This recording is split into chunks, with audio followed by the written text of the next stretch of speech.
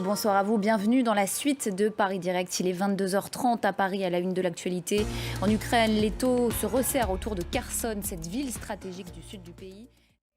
C'est une bataille féroce qui s'annonce selon Kiev, celle de Kherson dans le sud de l'Ukraine. Je vous le disais, 70 000 habitants ont été évacués de la ville, selon le chef de l'occupation russe sur place. Moscou qui annonce par ailleurs avoir mobilisé 300 000 réservistes en un mois.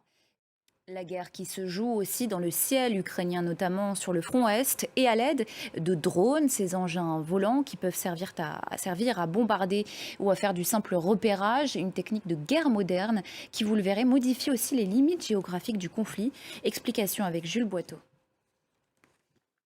Ce chiffre à présent, 44 milliards de dollars, c'est ce qu'aura déboursé Elon Musk pour racheter Twitter, et ce au terme d'une saga de plusieurs mois. J-2 avant le second tour de la présidentielle au Brésil. Dernier débat télévisé ce soir entre deux hommes que tout oppose, l'ex-chef de l'État Lula qui joue la carte de la force tranquille et le président sortant Jair Bolsonaro qui, vous le verrez, brûle ses dernières cartouches en cette fin de campagne. Alexandra Ondoa.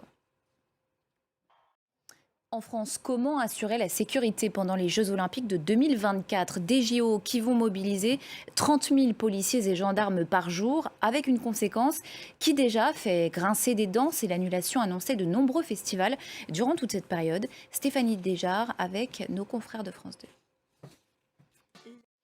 Une disparition avant de refermer ce journal, celle d'une légende du rock, Jerry Lee Lewis, connue pour la chanson Great Balls of Fire. Et voilà, c'est sur ces notes que se termine ce journal. Tout de suite, votre journal de l'Afrique qui vous est présenté par Fatima Tawan. À tout à l'heure dans Paris Direct.